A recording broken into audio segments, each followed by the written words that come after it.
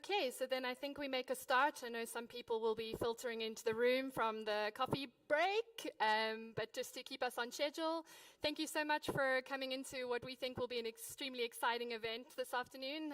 So IC3 is hosting this side event. IC3, New Centre of Excellence, funded for 10 years. 3 partners, the Arctic University of Norway, Norwegian Polar Institute, North, and a large cohort of international collaborators. This side event is 90 minutes, where some of the members within IC3 plan to take you on a journey about what do changing ice sheets mean for Earth's climate and life in our seas. And I guess without further ado, I will hand over to the first speaker, which is IC3 Director, Professor Gemma Wadham. Thanks, Terry. So we're going to take you on a journey today, but at the heart of this journey are glaciers. Glaciers, these phenomenal rivers of ice that deform under their own weight, slide over rock to move through the landscape nourished by snowfall. This is Siltjelmarisen, actually, about a day's drive south of Tromsø, one of my favourite glaciers. Glaciers, we've got maybe 200,000 glaciers across the world, which have been sort of monitored from satellites, and we can assess their changes. But about half of those are sitting in the Arctic. And actually, in addition to that, we've also got the Greenland ice sheet, a massive mass of glacial ice about the size of Mexico, sort of 3 kilometres thick in its centre. And if it were all to melt, we would be raising sea levels by, sort of 7 metres. The irony of glaciers and what's happening in the Arctic is exactly this area where we've got all these Arctic glaciers. We've also got places which are warming much, much faster than the global average. So the current warming of the Arctic region of a whole is getting close to sort of 4 degrees more than the global average. And some parts of the Arctic, like Svalbard, the Russian Arctic and the Barents Sea, they're warming at sort of 7 times the global average. So you can see there's an immediate problem. The place where we have all these Arctic glaciers and the Greenland ice sheet are really feeling the heat. As a result of that, almost all Arctic glaciers are losing mass at an accelerating rate. So glaciers globally, their kind of rate of shrinkage has doubled in the last 20 years.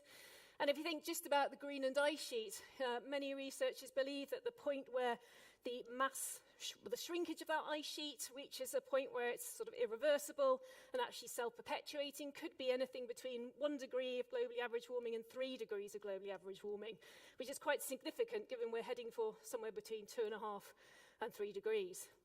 We know that there are very dramatic physical consequences of this, which are well studied, but there's still a lot of uncertainty. So certainly global sea level rise and many, many physical effects of essentially what are physical changes. But what we're going to hear today is about a different dimension to these changes. There's another dimension which is more biological and chemical in nature, which actually you can't necessarily see to start off with because it's happening at the molecular scale, the size of an atom or a molecule or a microbial cell. And actually, one of the things we've learned in the last 2 decades, and it's been tremendously exciting to be sort of part of this, this discovery, really, and this transformation, is that glaciers are a biome. They're not sterile. We used to think they were sterile, white spaces that we could ignore, thinking about carbon cycling. But they're full, they're teeming with life, single-celled microbial life from glacier algae sitting on the ice sheet or glacier surface, photosynthesizing, actually causes surface darkening and more melt, to the bottom of the glaciers and ice sheet where it's dark and cold, it's high in pressure, one of the most challenging environments on Earth for life to survive and thrive. But life does thrive there. And actually what we're going to focus on today, quite a lot of the time, are these black and white images. These are the microbes. Actually, those are pictures from beneath the Antarctic ice sheet, but we find this beneath Greenland and Arctic glaciers as well. And for the purpose of this particular talk, I'm going to lump these microbes into 2 easy categories. Firstly, the carbon eaters, and secondly, the rock eaters. And these are microbial worlds. So what we've got here, you can see a picture. It's actually beneath the Engebrein Glacier in Svartisen ice cap. We've got a band of debris, and in that debris we'd expect to find significant populations of microbes. But some of these microbes, they require carbon as an energy source in order to grow. Where do they get that carbon? What we know is beneath glaciers and ice sheets that there are vast reserves of organic carbon, carbon that was there before the ice sheet grew, soils, marine sediments, ancient vegetation, and under the swampy, oxygen-deprived conditions beneath an ice sheet, what we have is a group of microorganisms called methanogens able to produce methane gas, a potent greenhouse gas. Another type of microorganism, we'll call them the rock eaters, as I talked about earlier. They don't need a carbon source, but they use chemical energy from chemical weathering reactions of when rock meets water. Often that rock is crushed from glacial erosion, and they're able to take off that chemical energy and fix inorganic carbon into their cells. In doing so, they're able to release nutrients and trace metals from that rock that's washed out into the ocean, in rivers, and may go far off into the sea as icebergs melt. So today we're going on a journey. And we're going to take you on a journey from the deep, dark, cold, swampy environments beneath ice sheets out into their land fringes, which are expanding as sort of glaciers retreat, and into the oceans, where you have very precious food webs in which we survive. And we're going to tackle two topics. Firstly, do ice sheets produce methane? Can that impact our climate? And secondly, can all that meltwater going to the oceans impact ocean food webs and resources upon which we rely? So both fundamental attributes of sort of life support systems in the Arctic. And incidentally, these two themes very much provide the scientific basis for IC3, where we have a very diverse team of researchers studying everything from a microbial cell to an entire ocean ecosystem. And we're going to start this journey by going back in time. And I'm going to pass you to Monica Winsborough, who's the Assistant Director of IC3, to accompany you on that journey. Thank you, Gemma.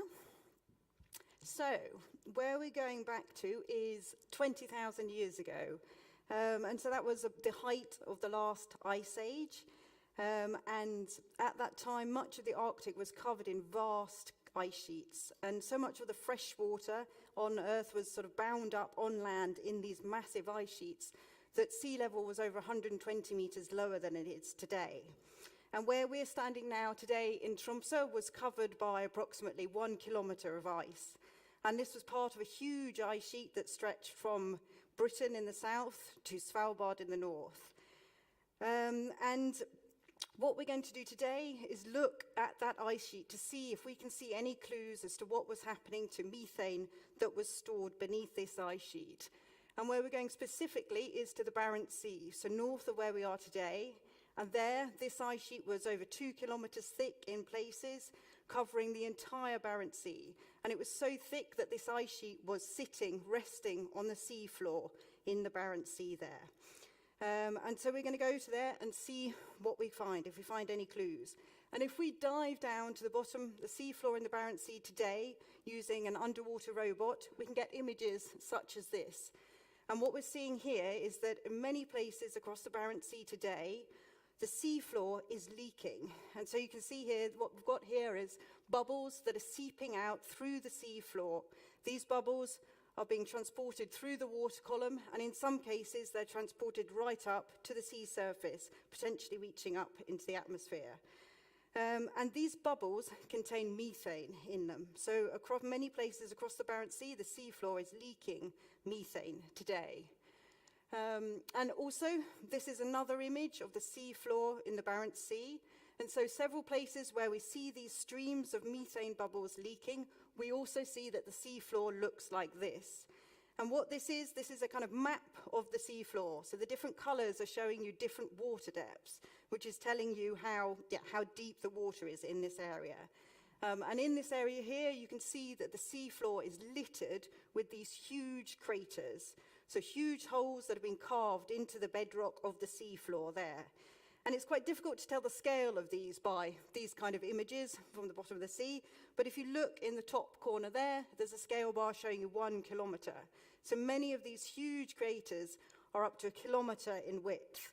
And if you think of the bridge which goes across Tromsø outside here, that's approximately 1 kilometer. See, these are vast features. And if we want to try and understand why we see these huge craters carved into the bottom of the seafloor in the Barents Sea, and we also see these streams of methane gas escaping from the seafloor today, we need to think back to the last ice age when this area was covered by this huge ice sheet sitting on the seafloor. And as Gemma explained, this ice sheet grew across old sources of carbon. So these marine sediments that existed here before, but also in the Barents Sea, we know that there are other sources of ancient carbon, the vast oil and gas reservoirs that are stored in the sediments and the bedrock beneath the seafloor here. And so underneath this ice sheet, these sources of carbon were sort of providing fuel for these microorganisms that Gemma mentioned. So these organisms were using this carbon and producing methane gas. But the interesting thing is that under ice sheets, this methane gas was being trapped in very, very cold, high-pressure conditions. And often, if you have methane gas stored in these kind of high-pressure conditions, very cold, high pressure, then it's not stored in a sort of gas form, but it forms a solid that is called hydrate, methane hydrate. And that's what you can see here in this picture, these white solids this is from a sediment core from the Barents Sea. So this is a very efficient way of storing large quantities of methane gas in these very compressed sort of ice-like substances called hydrate.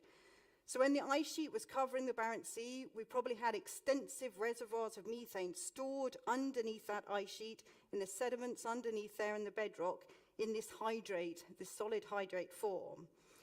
But as those ice sheets started thinning and melting at the end of the last ice age, then these cold, high-pressure conditions that you need to keep that methane safely stored away in the hydrate form no longer existed.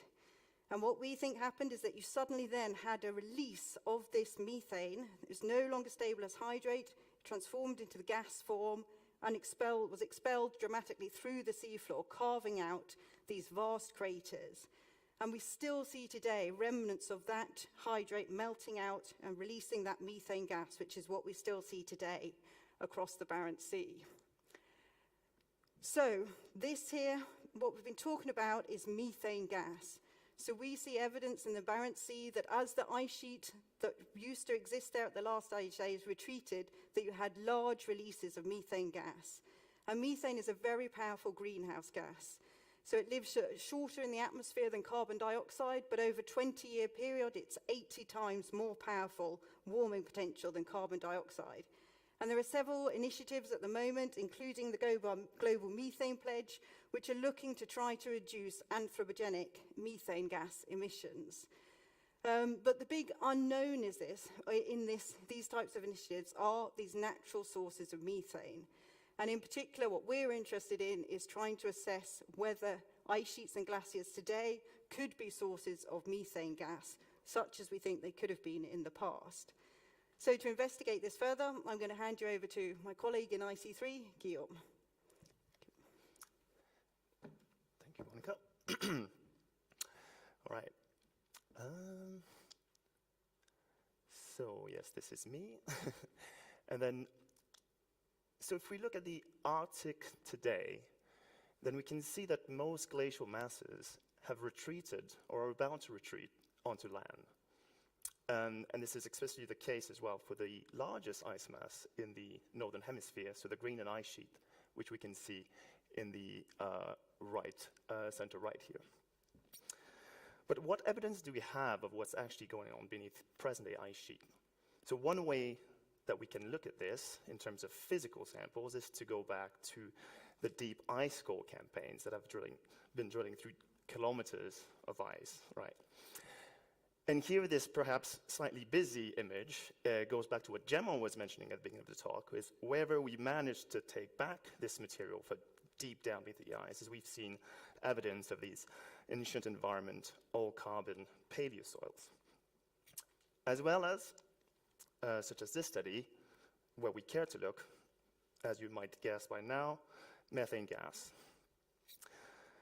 But for a long time, it was debated whether these greenhouse gases present under this ice sheet were remnants of these paleo environments that have been covered by the ice sheet, or whether they have been actively produced in situ, such as what Monica was alluding to just now.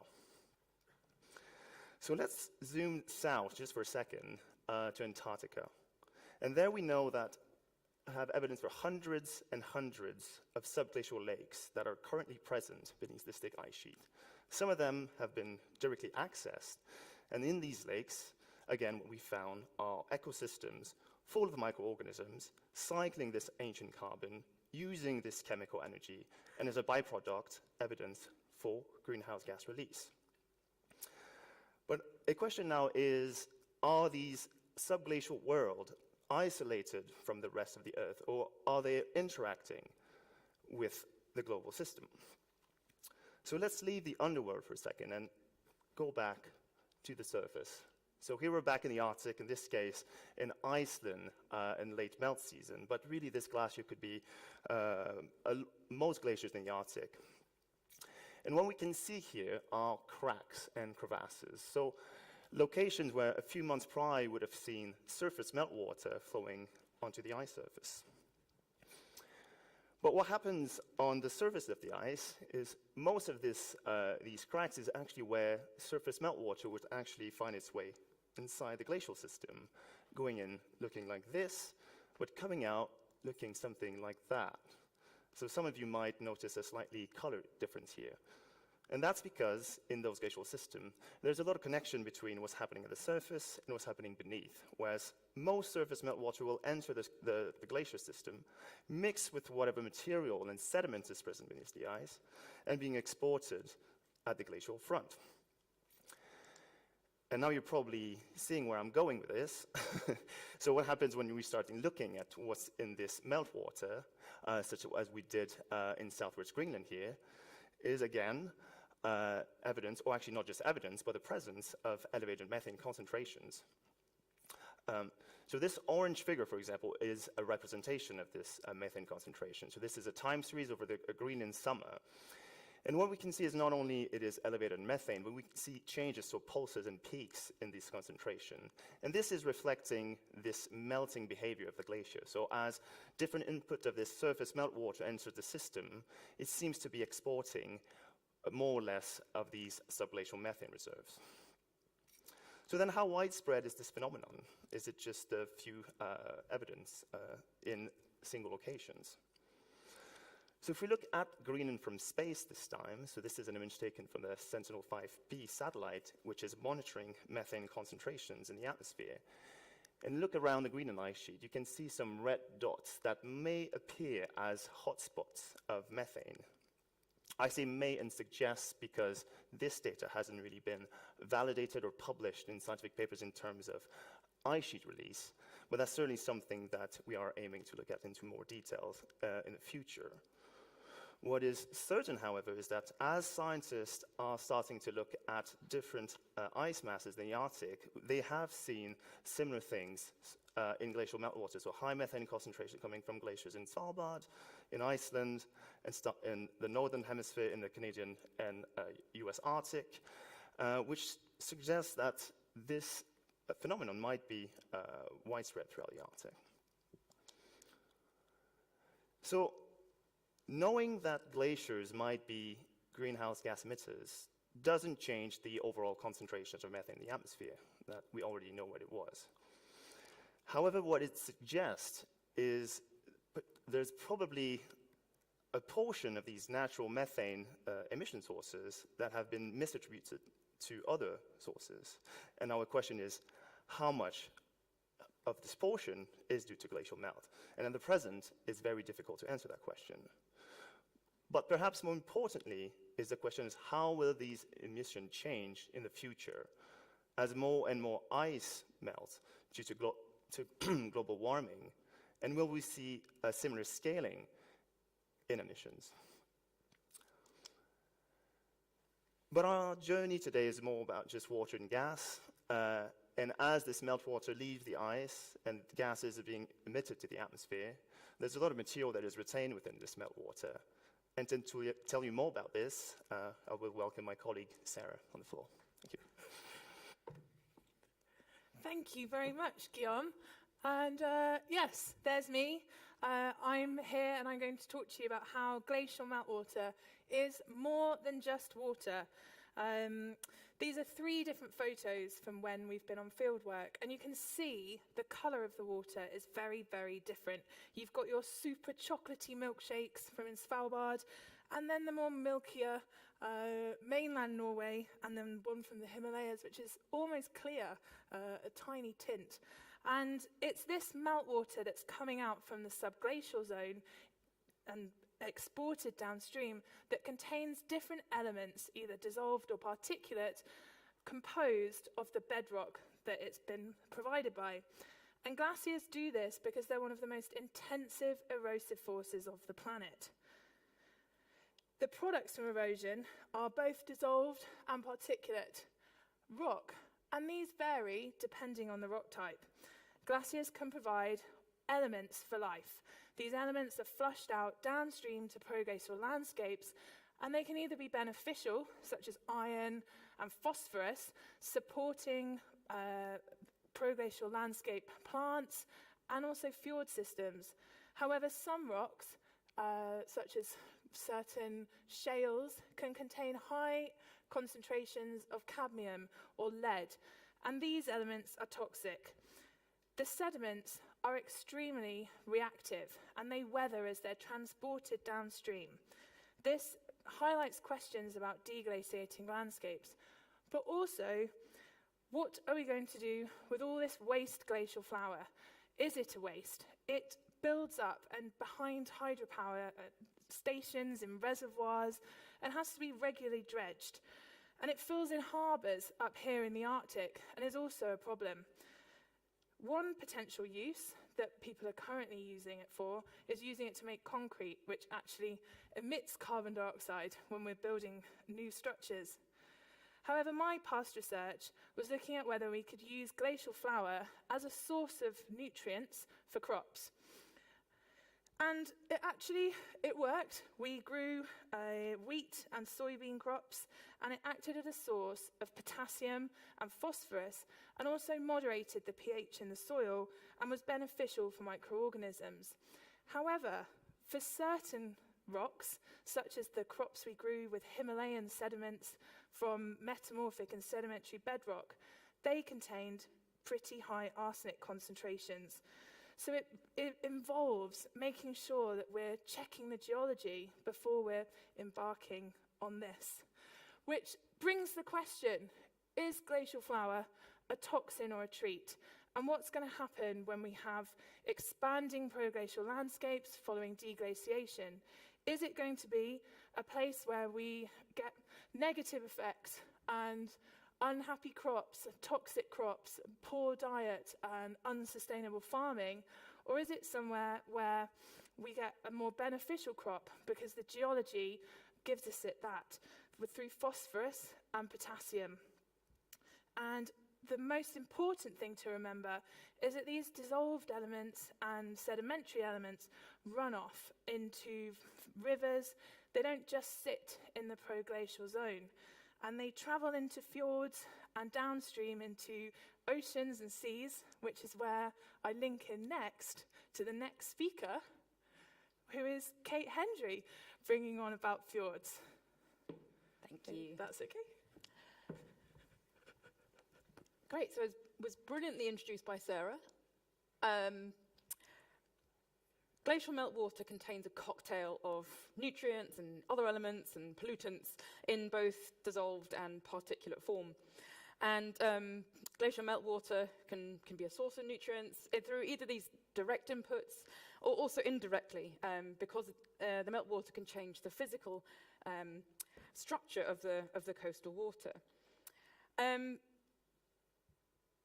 However, if we want to understand how this glacial meltwater impacts the coastal ocean, we need to understand what's going on within fjords. They are the connections between glaciers and the coastal oceans.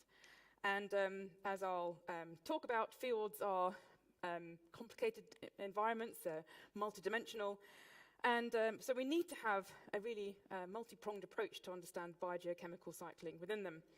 And I would argue that these field processes are some of the most uncertain across the land-ocean continuum, and we need to put our heads together to really fully understand them.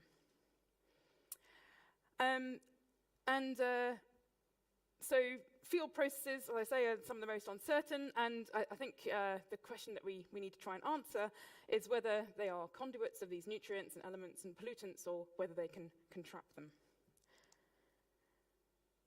Okay, so if we zoom in on the fjord environment, we can see there's lots going on. Here's a video of us in a fjord in southwest Greenland, Nupkangalua, and you can see that there's lots of heterogeneity here. So we have different inputs from different parts of land, different fields, different glaciers. We also have icebergs, which are introducing sediments and elements of their own. We have different physical processes going on. So there are different currents. There's mixing because of tides. There's mixing because of winds. And the icebergs themselves will help to stir up the water as well. Glaciers also, fjords also experience a very strong gradient in saltiness, going from the fresh water of the glacial input all the way through to the fully saline conditions of the marine environment. And across this salinity gradient, we see very complex chemical interactions that can influence the distribution of these nutrients and elements and pollutants. And we also have biology going on. So biology will be taking up nutrients and influencing cycling in different ways. So if we're going to understand these processes, like I say, we need to have a very multidisciplinary approach. And this is just a few examples of some field work I was involved in this summer in Svalbard. We took water samples for chemical analyses of the dissolved and particulate forms, and we also used a variety of different sensors to try and get at the physical and biooptical properties of the water. And we also carried out mesocosm experiments to look at how the algae in the water take up nutrients and how they're influenced by these changes in salinity that we see. So, as I say, we need to take a multidisciplinary approach to understand this really complex interaction between glaciers and the oceans, and to understand whether the nutrients that the glaciers are supplying are getting out into the ocean, and whether or not they're having a good or a bad influence on productivity in the coastal region. And for that, I will hand over to Philip. Thank you.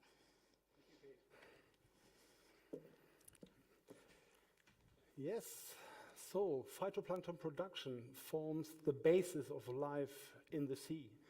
And it also sustains ecosystems from the fish we eat to the charismatic marine megafauna we care about. But at the same time, they can pass on pollutants and toxic substances we've heard in the previous talks up in the food chain. Phytoplankton also play an important role in the ocean's ability to absorb CO2 from the atmosphere. And this is via the so-called biological carbon pump. So when phytoplankton grow and perform photosynthesis, they take up CO2, and when they die and sink to the ocean's abyss, they sequester that carbon dioxide in contact with the atmosphere for decades to centuries. So what we're really interested in IC3 is how does glacial change actually impact these two important services that the ocean provides. It's our food and also helping us to absorb anthropogenic CO2. Oh, sorry. So I'm going to walk you through this example here of a tidewater glacier and its complex and often opposing impacts on the marine ecosystem. So as we have heard in the previous talks, glaciers are these amazing rock grinding machines that mobilize particles and rock, but also the nutrients in the subglacial drainage system and also from the meltwater from above.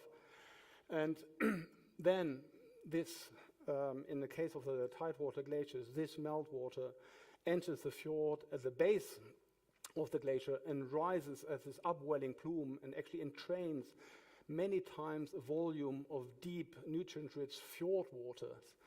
And this nutrient pump actually helps sustain elevated phytoplankton production throughout the summer months in fjords in Svalbard, but also, as we have heard in the science session, in Greenland. And then obviously with positive impacts of the marine ecosystem.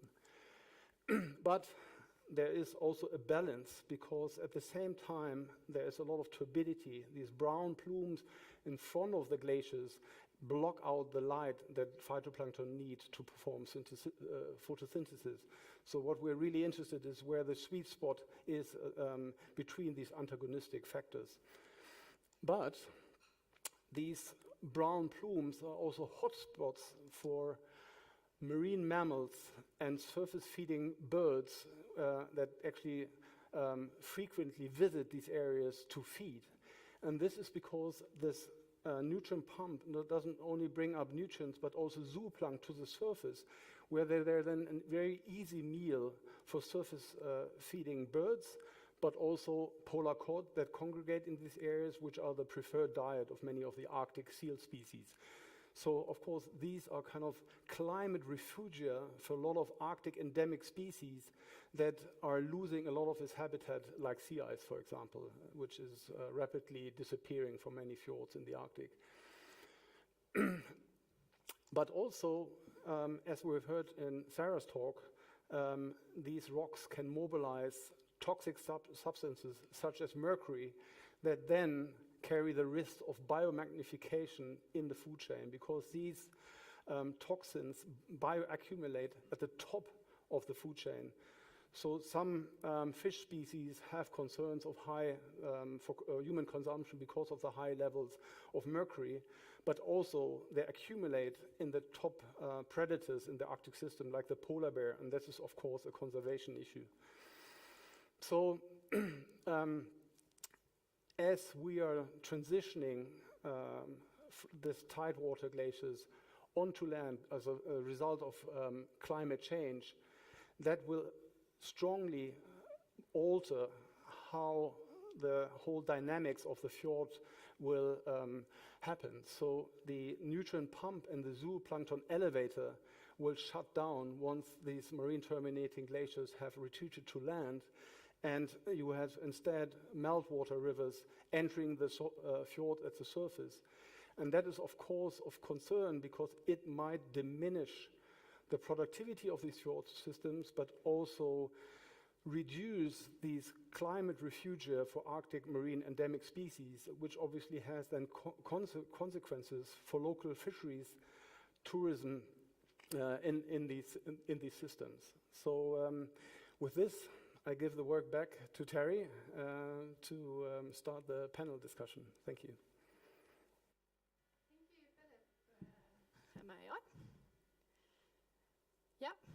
Yes, thank you to a great story and a journey from the glaciers, from ice, all the way down to the ocean. And I'm hoping that we carried you all along with us. And now is a good opportunity for all of us who just gave talks to come and join on the stage. I know the Arctic Frontiers guys will give me a hand, maybe just getting the stage set up with some chairs. And we really want to take this opportunity to invite the audience. I know there are many of us sitting here with expertise in different parts of what was discussed today. And we would like to have a bit of a discussion on many of what was mentioned here and give you an opportunity to contribute.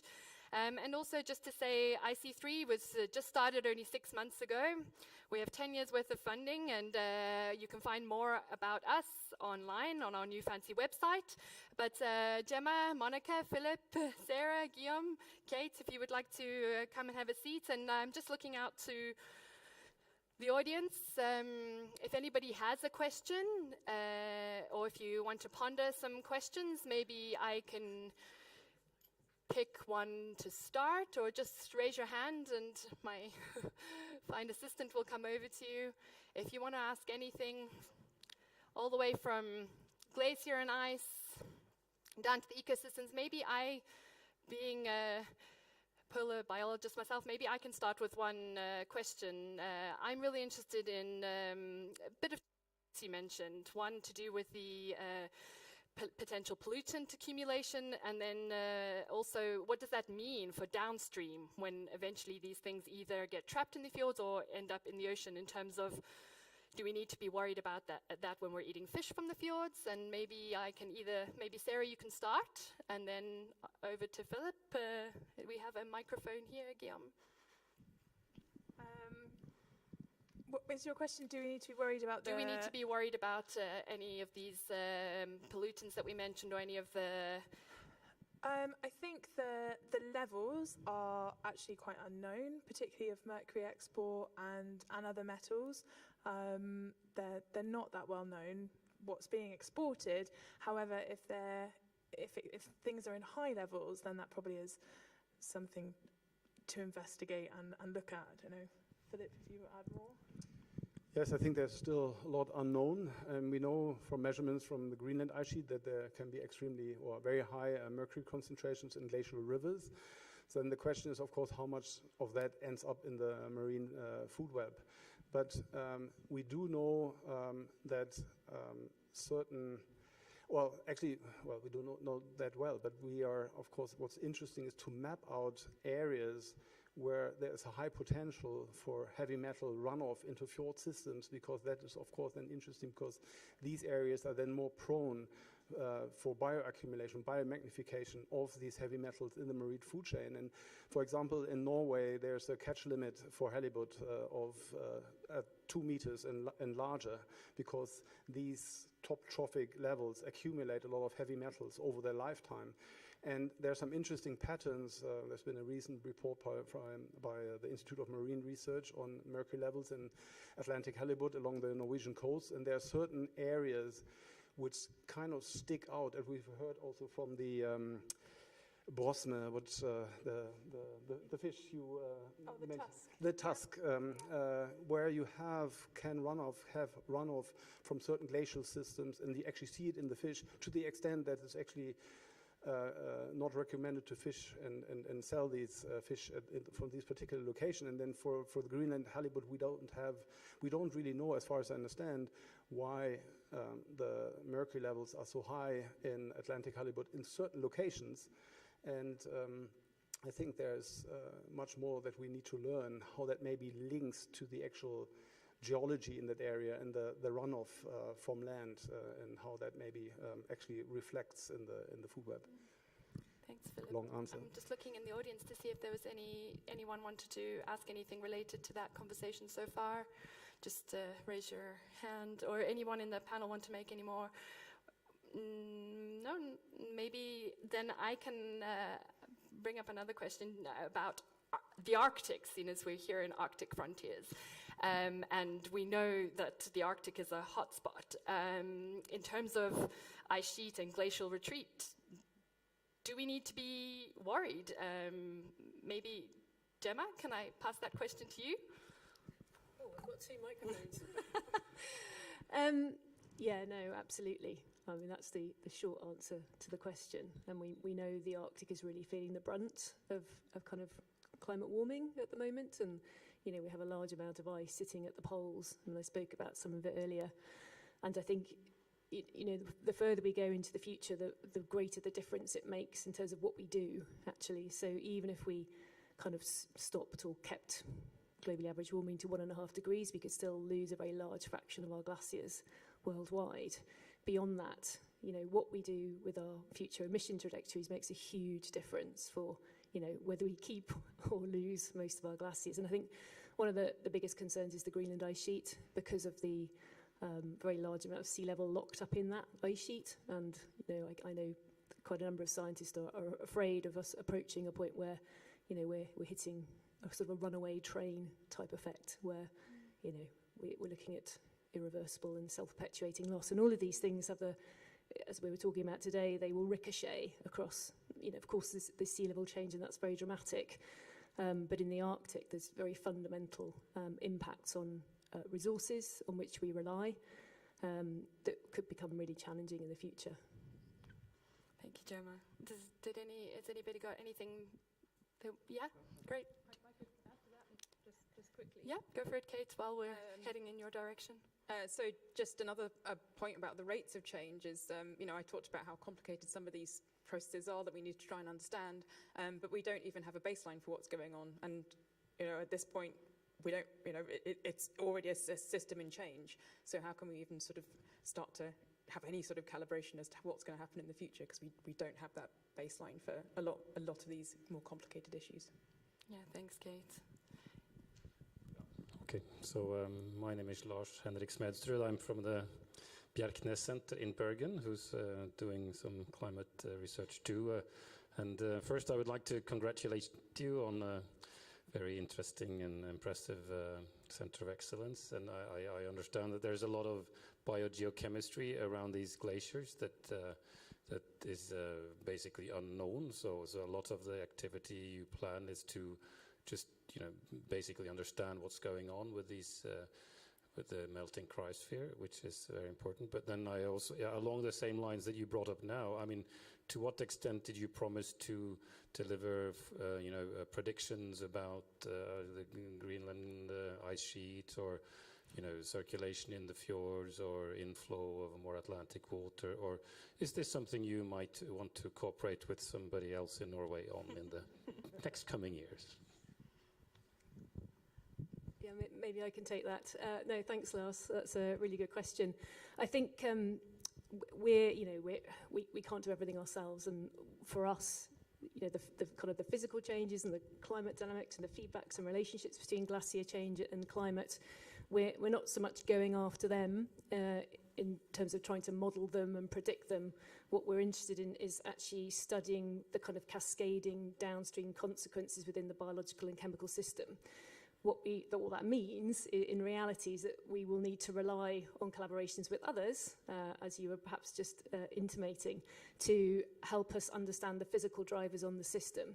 So in terms of, we're not trying to necessarily model the whole cascading impact. So we are collaborating with NORS in Bergen, more kind of on the Antarctic side of things. So Petra Langebroek is aiming to kind of integrate the dynamic Antarctic ice sheet into the Norwegian Earth system model. And one of our main reasons for doing that is very focused, in the sense we want to look at the kind of climate feedbacks of the Antarctic ice sheet change and climate, but mainly because we'd like to see what the impact might be on subsurface hydrate reservoirs and release of methane. So we're quite focused in our remit, actually, and we're certainly very keen to collaborate with physical scientists who can cover areas where perhaps we're not focusing. Thanks, Gemma.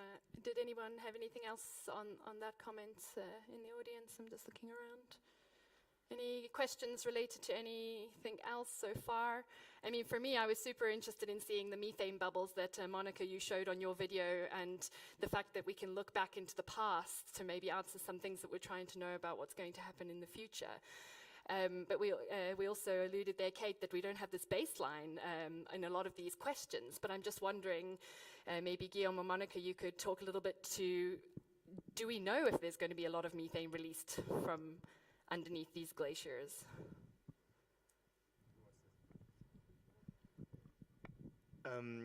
So I guess the short answer is we don't know exactly. I mean, that's the point of looking. I think there's kind of two aspects to this. So one maybe relates back to what Gemma was just mentioning in Antarctica, where I guess there we might have more analogy to what Monica was describing in terms of submarine hydrate destabilization. And I think maybe those are, I mean, people can correct me if I'm wrong here, but the bigger potential reservoir.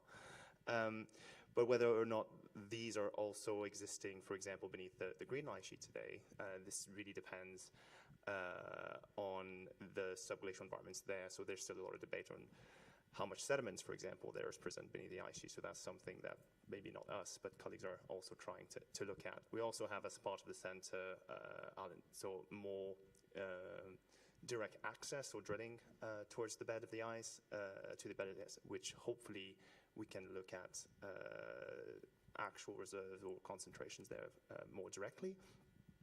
But even just knowing how much carbon there is, so that's, I guess that's the difference between, for example, people. If you think about the permafrost community, so the big scale with the permafrost and the methane releases, there we're going to have much better inventories of how much carbon is locked away in permafrost environment, then that makes. But we don't really have the same estimates for what's beneath, for example, the Greenland ice sheet. But yeah, it's related. I don't know if someone wants to add anything to this. I'm also looking at the audience. Does anybody have any questions related to methane below? Yeah, we have one actually from Pedro, sorry. She's just coming.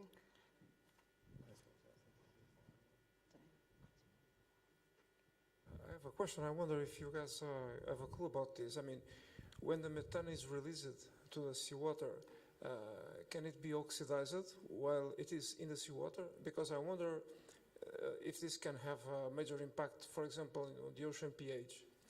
I mean, if you release a lot of methane, this probably, for me, it looks like the most scary thing about this stuff.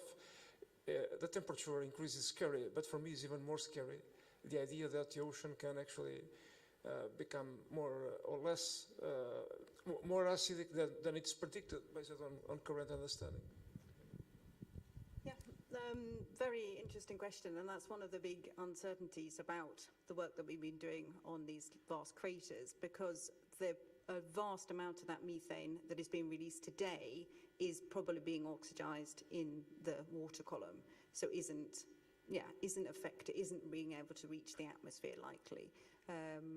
But it is probably having effects, this methane release, on the composition and the communities that are living within the water column. But I can also say that in many places across the Barents Sea now, where we see this methane, these streams of methane bubbles, in several places we see that these bubbles are coated in oil. So there's a combined sort of gas and oil phase being released. And if you look at satellite imagery across the Barents Sea, we also see vast areas of oil slicks on the sea surface associated with these areas of methane and oil being released, suggesting that there could potentially be some atmospheric transfer there. But relating to the paleo releases associated with these craters, to fingerprint that methane release through the water column and then into the atmosphere is extremely challenging. And there's been efforts to try to link sort of methane release at the end of the last deglaciation to methane records in ice cores using isotopic studies, and that's very challenging to link the two. And that could be because much of it maybe is oxidized in the water column, or it could be related to methodological difficulties of tracing it isotopically. But yeah, probably a lot of it could be consumed in the water column. Does anybody have anything to ask at this point related to methane gas? Yeah.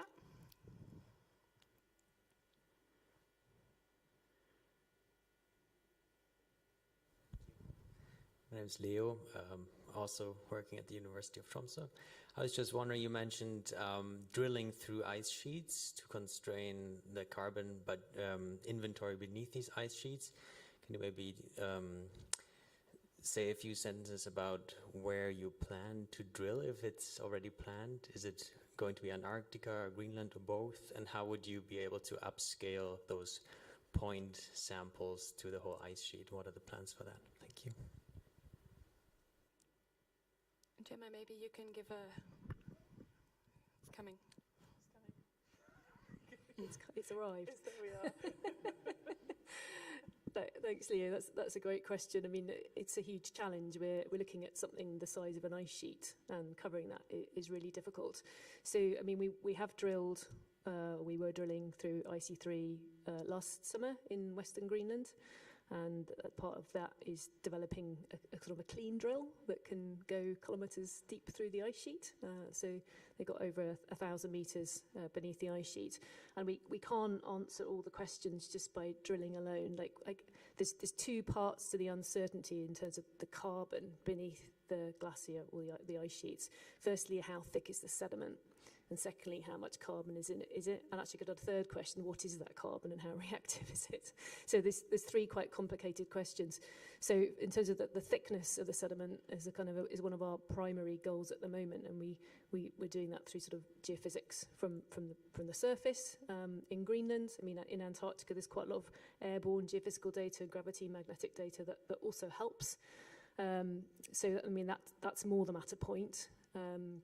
And then we need to work out what the carbon content is of that sediment, which, if we just did it by drilling, you're not going to get your whole answer. So we're going to need to look at other places where you can sample carbon that might be beneath the ice sheet that's coming out of the ice sheet, for example. So Guillaume's Glacial chocolate river that we saw earlier, what comes out in rivers integrates all the kind of sediments and carbon throughout a catchment. So that's helpful. There are other ways you can sample things from the bed but not at the bed. For example, basal ice around the margins, blue ice fields in Antarctica where it's maybe coming up from below, sediments coming up from below.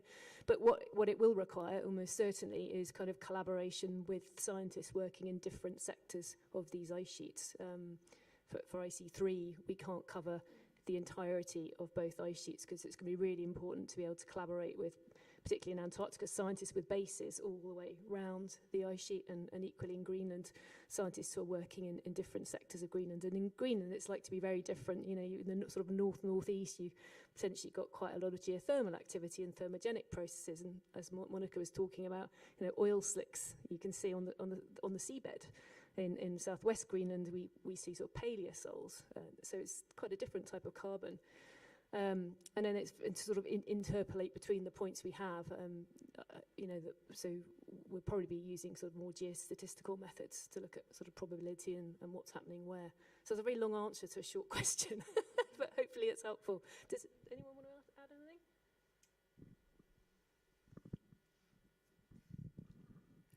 I'm looking at faces. I was about to, but you kind of covered it at the end with that. Does anybody have any comments in the... yeah, thank you. We have a comment in the audience. Thank you. My name is Beth, and I'm a PhD student from the University of Glasgow.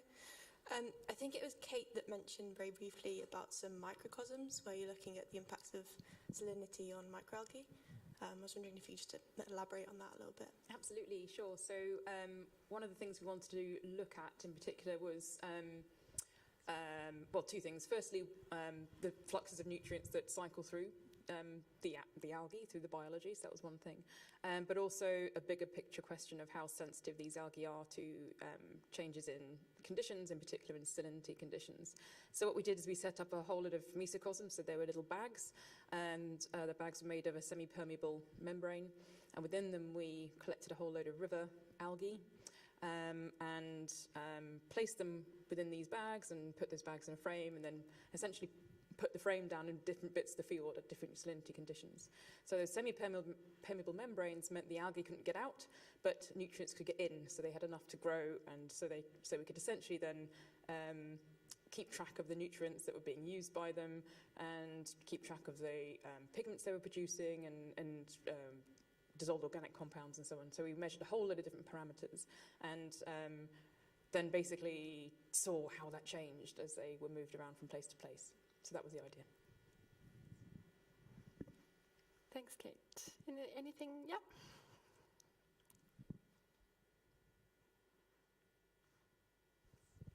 Yes, this is for Philip.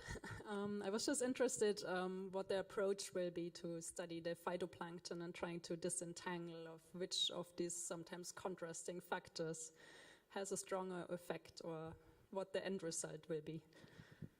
Yes, so that's a very good question, because brings also back to the question of the balance between advection, for example, of Atlantic water, which brings a lot of nutrients into the system to this glacial nutrient pump, and then the retreat to land with glacial rivers. So we gonna in Kongsfjorden, we have this unique opportunity to actually study the system in relatively great detail. So that's kind of our process lab in IC3, and where we can actually access the fjord year-round. So we can actually study both experimentally by, for example, adding different ratios of ambient marine water with glacial meltwater to algal communities and see how they respond. But we can also, through our pelagic monitoring, which we are doing from the Norwegian Polar Institute since many years, we can actually follow the plankton community along that natural gradient from the innermost stations close to the tidewater glaciers out towards the fjord mouth, where we have more marine conditions, and look at the natural communities and how they change over time along that gradient from pre-melt season snow freshet to the main runoff season and see how that changes, and hopefully also relink that to some of the measurements of autonomous platforms which we have in Kongsfjorden, and including sediment traps, where we can also maybe link that to what actually the fate of all that biomass and where it ends up, and depending on glacier proximity. So that's some aspects I'm very interested to link up, and then that obviously then also would be a very nice link to the ancient DNA, because we are just looking at the contemporary communities, and we see large interannual changes in bloom timing, bloom composition, vertical carbon flux. But now it would be really interesting to like kind of link that to the longer perspective, and I think there's a lot of scope for collaboration there, I think. Thanks, Philip. Did anybody want to add anything? Gemma? No, well, I'm not sure it's totally related, but it's just a thought really, which is it's really apparent to me how the diversity of fjords and the diversity of forcing on the fjords. If you think about, we're looking at the whole of the Greenland ice sheet, thousands of fjords, so many fjords around Svalbard. They're all forced differently from the land and the ocean. They all have different geological situations beneath them. So it's a really complex issue to figure out what the trajectory of these fjords are, both in terms of whether it's a toxicity situation or it's a productivity situation. And I think, we've heard in the session this morning, we're all studying kind of individual fjords, and we're studying them really well to get that process-based understanding that helps us figure out how the system works. But I suppose ultimately we need some way that enables us to kind of expand and predict things for other fjords based on what we know about the processes in single fjords. So I was thinking about Pedro's nice modelling study this morning, and I think that's one of the things that we want to try and do is to see if we can get the processes right in a numerical sense that enables us to improve the models to apply them elsewhere, because it's so complicated. Where are we going to have a problem with toxicity? Where are we going to have different productivity situations? And we have to go beyond single fjords to kind of wider ice sheet if we're thinking about impacts on communities and future management and policy. Yeah, and maybe also to connect to that, it's also important to understand these fjords and the forcings in a larger setting of the surrounding water masses. So it might make a very big difference if you have a fjord that largely receives, let's say, Arctic water marshes, which are already quite fresh and poor in nutrients. And then if you set then this glacial pump in motion, that actually might have quite an important impact. But like Kongsfjorden is a very Atlantic system. I mean, still this glacial pump does play a role, but it might not, in the overall picture, maybe of similar importance and in a more Arctic setting where you have already more oligotrophic conditions. So I think that's also really interesting to kind of link glacial change and the overall geomorphology, obviously, of these fjords, whether you have a sill or not a sill, that's also important. And then the water masses, the outside water, because these advective terms are also very important. So I think that's really important to consider. I can add a comment. I also think a lot of work in the past has focused just on small periods in time, and maybe trying to get more seasonal data sets, and then within that there's interannual variation. There's not just the seasonal variation. So yeah, I think it's going to take a lot more than just these short fieldwork trips. Yeah.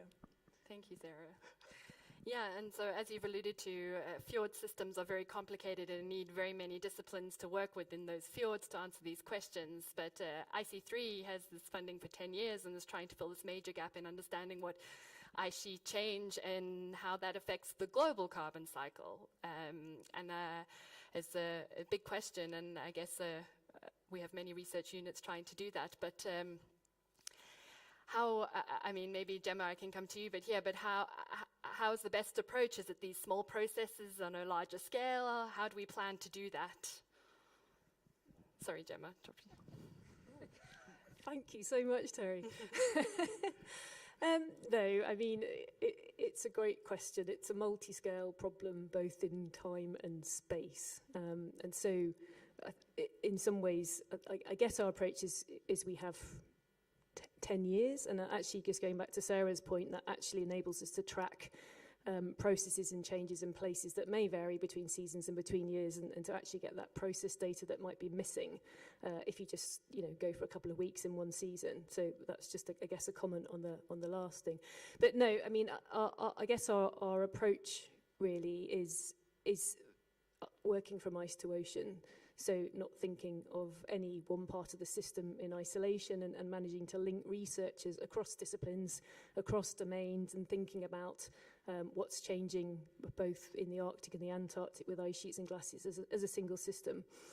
In terms of the kind of methodological approach to doing that, what we're aiming to do is to have a number of very key sort of field stations and sites where we're able to study processes in places where it's logistically feasible, and we study them really well with good temporal capture for data, and then beyond that we have a sort of hierarchy of models going from everything at sort of 1D box models to 2D to 3D more coupled ocean biogeochemistry models, and then potentially Earth system models, where we're aiming to integrate at a small scale our process understanding from our field sites within, sort of local scale models that then helps us work out how to include them in more complex coupled models, but also to work from the other way around and think about, well, do we actually need to include all these processes at the kind of the local scale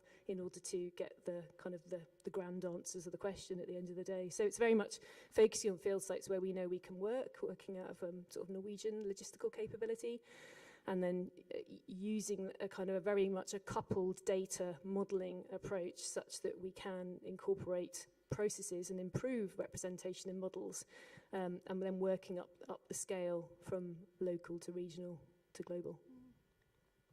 Thanks, Gemma. Does anybody have a... Yeah.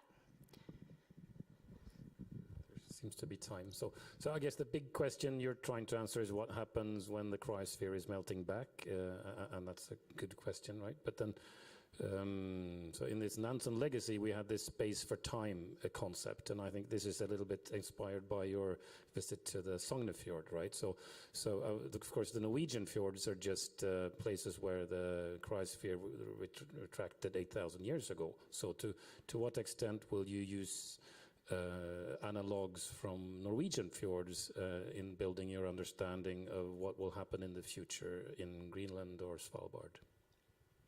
Thank you. And I'm looking at smiling faces at the question of Norwegian fjords. We love Norwegian fjords. No, I mean, we already have projects under the IC3 umbrella which are doing exactly that. So we're working all the way from, as you know, Jostedalsbreen in southern Norway to the ice caps of northern Norway, and then up onto Svalbard to kind of really capture that framework and sort of temporal sense of ice retreat. And I think it's a great model for trying to understand some of the kind of wider scale process changes you might have biogeochemically as the ice recedes. So we've kind of been really interested in focusing on that. I think it's not just an opportunity to understand sort of temporal change, because also the beauty of Svalbard compared to Norway is the very dramatic contrast in lithological conditions beneath glaciers. So, it's been really interesting for us being able to study sort of the more hard rock bedrock glaciers in Norway, and some more sedimentary shale sandstones and that sort of thing on Svalbard, to understand how geology interacts with hydrology and of course microbes to influence what comes out of a glacier. So I think there's huge potential. We've got fantastic facilities and long-term plans in Jolesund through NPI, but also I think there's a real scope to kind of get a broader, longer timescale sense by working on some of the kind of ice to ocean fjord systems on the mainland of Norway. So, yes. This is a bit off topic for me, but we are also looking into past analogs in IC3. So we're having all these sediment records where we can actually look at past ice sheet collapse, and that actually, what can we learn from the past for the future? So this is also an important aspect in IC3, where we have sediment cores from Kongsfjorden and northeast Greenland, and taken off the shelf in Queen Maud in Antarctica. So I think that's also an important aspect where we can actually learn from past ice sheet collapse. Monica, did you want to add something? Oh, sorry. No, I'm going to go off Gotta fight a little bit, so if that's not Yeah, Philip's totally right. And we can also maybe just add that I know another important part of IC3 is the training of the next generation of polar researchers. And so there we have a fantastic potential of using the kind of local fjord systems that we have around Tromsø here. And so we'll be organising an annual field school, which will be taking advantage of the sort of ice to ocean systems that we have in Lingen here, just outside Tromsø. So there we have a really exciting opportunity to study all of these different aspects that we're covering in IC3 within a kind of small-scale system. I haven't forgotten about you. I just thought Kate was maybe going to add a comment. So we'll let Kate, and then we have a question in the audience. Go for it, Kate. It's not your topic because it's not an IC3 project per se, but it just made me think that there are some really interesting natural laboratories out there.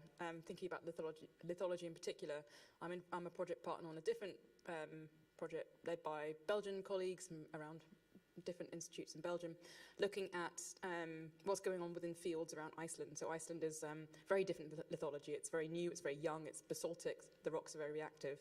And we went on a cruise last summer, and the results were fascinating. Completely different systems. So, we can use this heterogeneity, although it's annoying and confusing and makes life difficult for us, we can use it to its advantage by testing these natural laboratories. Thank you, Kate. Yeah, super nice to remember what we have available to us. And you have a question? Łukasz Stachnik from Geophysical Center. I'm wondering about constraint or efficiency of these upwelling processes, because this model was based on like two fjords, mostly two fjords in the Greenland, which are very deep and which have very high meltwater discharge. So, and also some modeling showed that you need high discharge and high depth in order to have this upwelling of deep waters. How you can say, what would be the future of changes of tidewater glaciers and the efficiency of the upwelling? For example, when it gets shallower and you have less discharge, do you still observe this upwelling, and to which extent? I can jump in there if you want. Yeah, I think that's a really good point. And the buoyancy-driven upwelling is only one mechanism for stirring up nutrients into fjords. So obviously that process is very likely to change in the future. We're changing meltwater discharge exactly in the way that you suggest. But there are so many other mechanisms that will also help drive nutrient supply from deeper marine sources to the surface.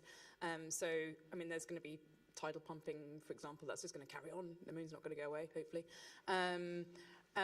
But also there's things like the stirring related to iceberg discharge, for example. That's going to change. Storms and wind-driven upwelling, that's likely going to change with climate change as well. So I don't have an answer for you, only that the question is possibly even more complicated than you suggest. I think that, again, because of all these different facets, we are going to need to attempt to upscale. We're going to have to attempt to understand what the future might look like through the use of modelling. That's my not very helpful answer. If I maybe just add a few lines, there's this paper by Mark Hobwood, and he's showing that this kind of glacial pump is also a function of the grounding depth, also basically the depth of the glacier and the discharge volume, and that also will differ. So if you have a very, very deep marine terminating glaciers with little runoff, then it will somehow equilibrate at some subsurface depths, which might be actually having not much effect on primary production because you don't get the nutrient all the way to the surface. Well, if you have a marine terminating glaciers almost sitting on land, so you were just talking about a few tens of meters, then of course you don't really tap into the deep water. So this is a kind of a balance, and you also presumably have kind of a sweet spot where this pump works most efficiently. But yeah, as you said, we don't have, data from a hell of many systems. So I think there's still a lot of scope to learn. Yeah. Thanks, Philip. Anybody else want to add to that, or any questions in the audience? But yeah, one up here, please. Oh, maybe we take the one at the back and then come down to you. No, okay, Pedro, just stretching. Yeah. No. Oh, you. Sorry. I think there is actually, today we heard a lot about this, the importance of this upwelling driven by the subglacial discharges and how it can change in the near future. And being a bit cynical here, I wonder if, I understand that most of the studies that actually emphasize the role of this upwelling, they were conducted in Greenland. We have to keep this in mind. And if you look at the grounding depth of the glaciers around Svalbard, the tidewater glaciers, and I'm not studying this, but I asked someone who knows about this, and it's really relatively shallow on average. The maximum you have around Svalbard, as far as I know, it's 200 meters, which is very, very shallow compared to what you find around, for example, Greenland, where you have typically several hundreds of meters. I think that in some cases more than 1,000 meters. So this means that the potential for upwelling nitrate is much reduced in Svalbard than it is, for example, in Greenland. So I think this is just one point that brings a lot of a huge difference between these realities. But I would like to comment just one thing. You both, the last speakers, when you talk about the fjords and the coastal systems, you guys emphasized something that I think it's really important, and I would like to maybe to have some feedback from you about this. You mentioned the importance about the role of these coastal systems, namely the fjords, as sinks or sources of carbon, nutrients, and so forth. And I find it a bit frustrating that if we ask someone around us about this role, even a person that has been studying these fjords for years, no one can actually give you a straight answer. And I think that the reason for this is because of the complexity of all this system, right? And I think that what we define as a sink as a source, picking as an example the estuaries at lower latitudes, it's completely biased by the fact that people focus only on exchanges of carbon dioxide and not on the whole carbon budget. And this leads to completely biased perceptions about what these systems actually do. So I just would like to hear your opinion about what you think can be done, or shall we perhaps sit together and think about some really smart way to look at these systems without spending millions of kroners and still be able to say something relevant about their role as sinks or sources of nutrients, carbon, and so forth. Thank you. Thanks, Pedro. Good question. Who's going to go? Kate? I'll jump in just because I just want to agree wholeheartedly. I think, and just to think about my little tiny world, I work on silicon. That's one of my favorite elements. And I think people have, this is in generalizing here, focused on the dissolved fraction of silicon and how that's cycling around, with ignoring the various very complicated different particulate forms of silicon that are available and can later dissolve to be biologically available in coastal waters. So we need to have a much more holistic view about how these elements are cycling and making sure we've captured the whole system. I completely agree. How we do that, I think we have to work together because no one can be a master of everything. So we need to talk together. We need to collaborate on field campaigns and knit together these complicated pictures together. Well, Pedro, I absolutely agree with you. So there's not that much I can say, but I think that in Kongsfjord we have actually pretty good opportunities to, tackle these different inputs into the fjord system by working to collaborating within the, Kongsfjord flagship with IC3 and collaborators to actually not only look at the CO2, but also, organic carbon that comes in from the glacial system. And at least as far as I know, these glacial troughs, these basic troughs also going out into the sea are big carbon sinks where you find very high carbon, which indicates that these systems might be carbon sinks. But again, I think there's much scope to actually learn better the different forcing and the different sources of carbon, because just looking at the CO2 itself, it's a bit kind of narrow view of the system. Thanks, Philip. Anybody want a question? Or I have one that I'm really interested in. Living up in Tromsø, it's very dark and we struggle to grow things. I'm really interested to ask Sarah more about this opportunity to use a glacial flower to maybe grow crops. Is that something that we should be thinking about up here in northern Norway? Ooh, well, so it's a bit of a flip from the fjords discussion into agriculture. Basically, it's entirely dependent on geology, whether or not it's going to be beneficial. And in terms of how, this is questions that we've been discussing for the last few years. It is a waste product, so it can be transported, applied to fields. It can be, instead of applying in huge, large concentrations, there's lots of micronutrients, so it could be mixed with an organic amendment and applied alongside compost. So that probably, there are ways for it to work, and it is interesting watching how it develops. But against the backdrop is that we need to understand what we're adding to our soils, but I don't think that's just related to glacial flower. I think that's everything, everywhere. So that's that. But yeah, we've got an extended growing season, a warming climate, and a growing population that needs to be fed globally. So agriculture expansion is one of the kind of answers to growing more food. So potentially this could provide something there. Thanks, Sarah. Does anybody have anything on that topic? Just looking around the audience. No, does anybody want to add something? Or I can take another quick question. Which is a little bit still food related, but I'm going more to the ecosystems within the fjord. And we've talked a lot about methane under the ice, nutrients release, cycling, what it means with ice sheet retreat. But I'm wondering, what does that overall mean for somebody like me who wants to order some fish and chips potentially? You've talked a bit about phytoplankton and what these nutrients means for phytoplankton, but I wonder, maybe Philip, would you allude a little bit further onto the overall food web within these fjords? Well, I mean, one has also to remember that on Svalbard, the Atlantic water is a major source of nutrients into the system. So it's not like glaciers retreat on land and then suddenly we don't have any fish left in the fjords. So,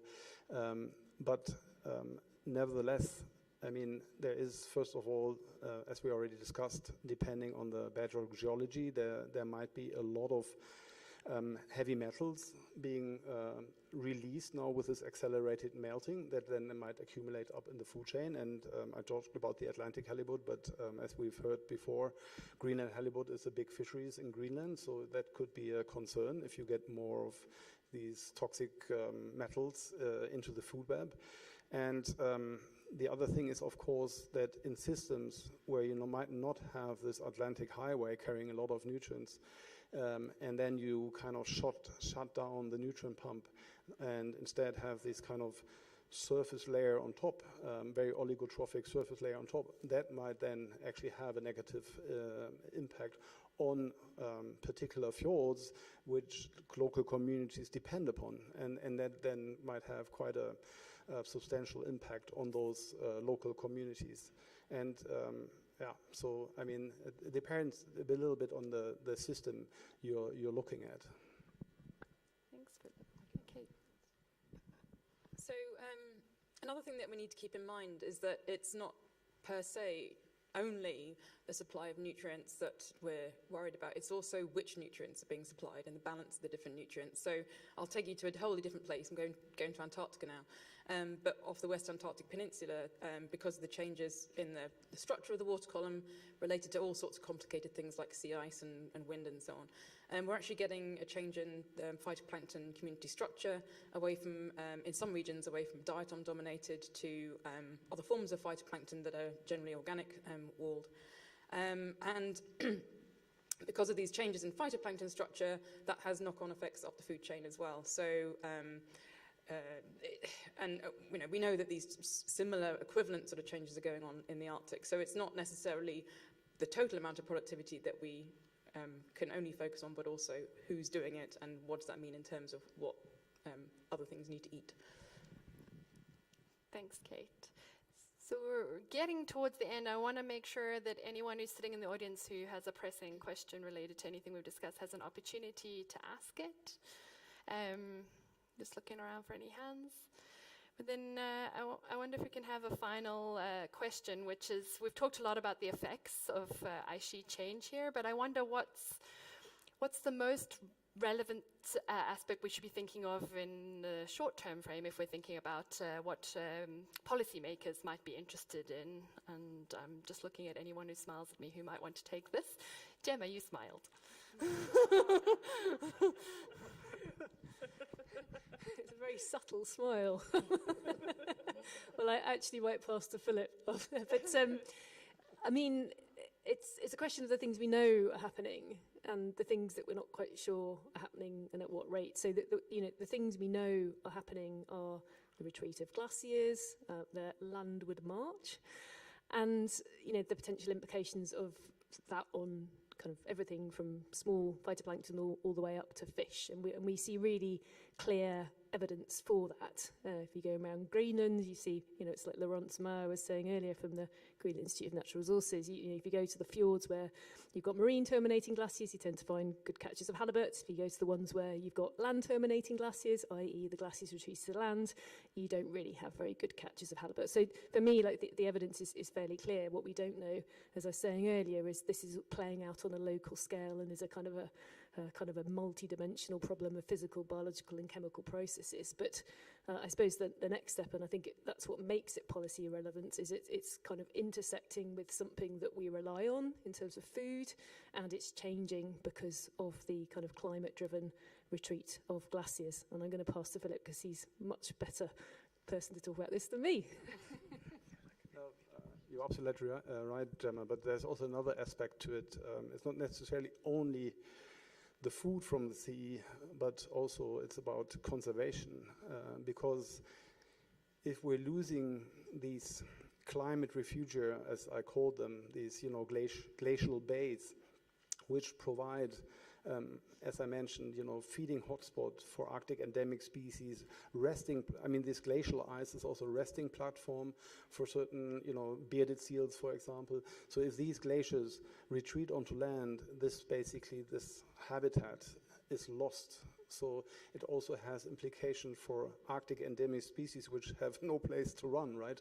They're at the end of the climatic scale, so they have no way to run. And as the ice is also disappearing further away from Svalbard, for example, these species potentially seek out more and more these glacial bays. And this is, of course, of high policy relevance because we want to conserve these, Arctic megafauna, and and they also have come with a dollar sign because a lot of tourists travel up to Tromsø to see a polar bear. So so this is also another aspect of it. But thank you, Philip. Monica. Thank you. I can also just follow up on the methane aspect, so the greenhouse gases, that as Guillaume mentioned, we see today that there is methane being released around the margins, some places in Greenland, and so that's urgent to find out how widespread that is, because that really could have an impact on the mitigation strategies that we have for methane emissions today. And also on a longer term, I think one of the crucial things is to identify whether or not we do have these reservoirs of methane hydrate beneath the Greenland and Arctic ice sheets. That is one of the biggest uncertainties for a longer term perspective in terms of greenhouse gas emissions associated with ice sheets. Yes. Just one thing that hasn't been said in terms of what to talk to policymakers about is, we've mentioned a lot. This is really a whole load of complicated issues, very complex, and we need to work together to address them. So anything that policymakers can do to help break down barriers on collaboration, especially internationally, would be very welcome. Nice little bit in there. Any policymakers in the room? Does anybody else have something that they want to state on this point that we're discussing at the moment? Anyone in the panel have any final comments on what we talked about today? So we can wrap up our side event session then, and thank you so much for being with us and also online, people joining us online, and we will be around at the front of the room if anybody would like to come and speak to any of the panelists. Otherwise, we'll see you later on at the reception. Thanks very much.